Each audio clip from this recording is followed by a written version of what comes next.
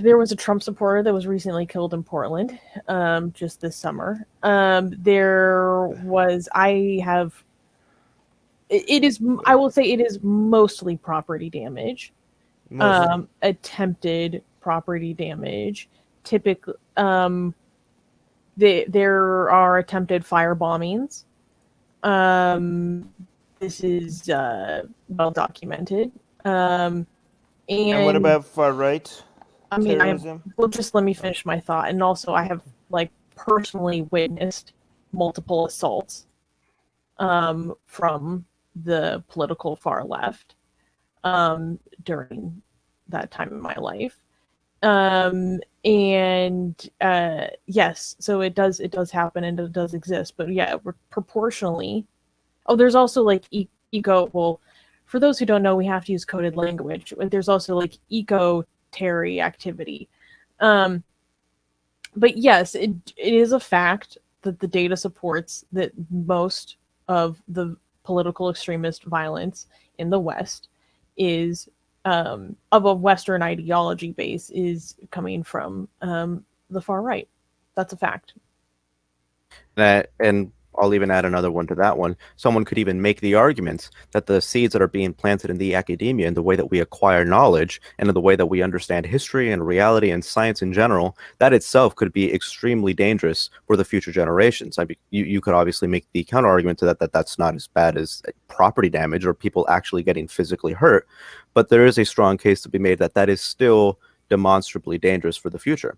And by fair and balanced, I'm obviously not saying that both things are equally, present them in equal time. They are equally dangerous. I wouldn't say that for creationism versus evolution if a documentary is trying to present those two things. Obviously, I wouldn't say, equal time stuff, more in the way that it's presenting itself, the way that it is claiming to be, the way what it's claiming to say and present itself.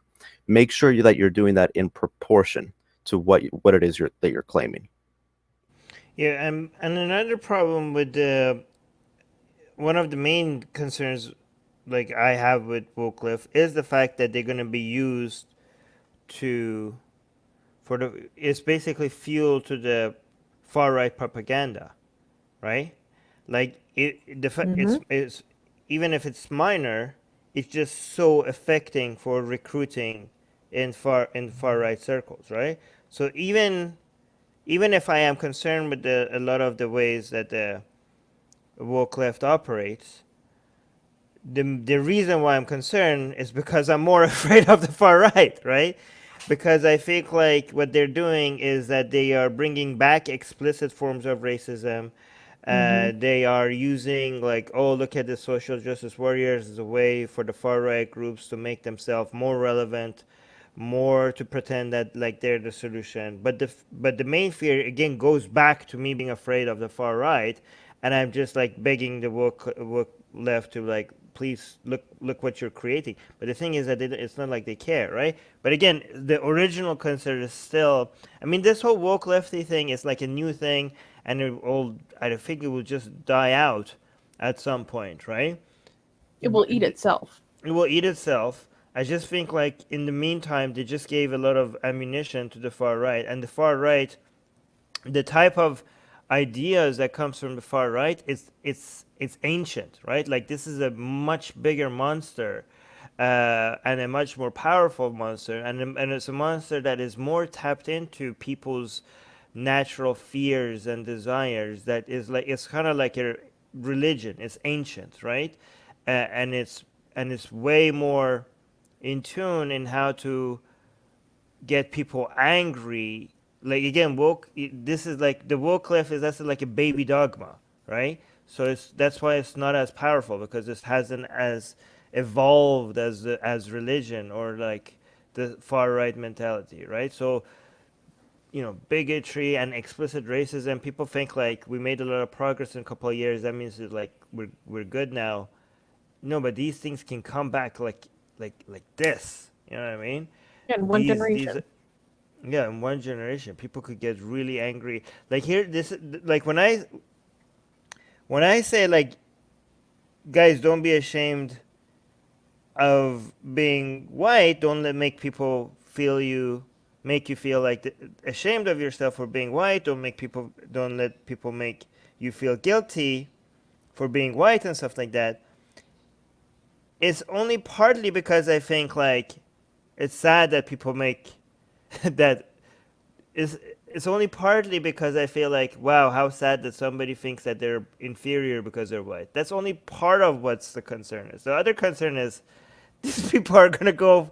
If you keep doing that, these people are gonna go beyond just not being ashamed. These people are gonna go full on racist. Like these people are like, yeah, you think we're inferior? Guess what? When we're superior. Like, hey, look Yeah. at this. We're actually superior. Like, and then they're gonna go on full on triple K on your like in a couple of generations, right? So that is also what I'm concerned about. But go on, sorry, I talked too much. No, I mean, I think you're right. You're worried about an overcorrection as a result of the overcorrection on the left, basically. And although I wouldn't call the right's reaction to the overcorrection an overcorrection, I don't think there's anything correct about it. But it's all about pendulum swings, right? And yeah, I think you're right. I think a lot of the Wokistani Mujahideen don't realize how much they fuel their own enemy, and they don't. use each other as evidence that they are necessary and that they are relevant and that they are also they use each other to fuel their own persecutory delusions. They need each other. That's why part of what I think is going to be interesting about the film, and I'm curious for more promotional materials that'll highlight this more, the theme of conversation and the breakdown of conversation and possible solutions to build that back up, because we need less polarization to help prevent these severe overcorrections on both sides. Here's a problem with solutions like this, though. I don't actually, I don't know what the solution the movie is going to offer, but what I would be looking for is that if the solutions is like, well, here's how we could have better conversations, the assumption, there's an assumption that is usually made when it comes to offering solutions like this. That people The are willing to assumption have those conversations. that they want to come together, that they want to have these conversations, that they do want to be objectively correct, right? And I think, based on what I've seen, that is, when it comes to these extremes on other sides, that is not necessarily true. Like, but they don't. It's not about being correct. And they're like, hey, here's how we could understand each other. They don't want to understand each other. They want to have an enemy.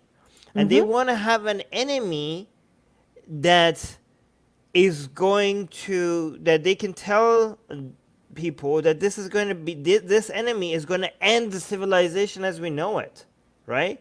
So having more civil discussions is like, it doesn't serve that purpose. So I think like when we're trying to offer solutions, sometimes we think like everybody just wants to have a better understanding of reality.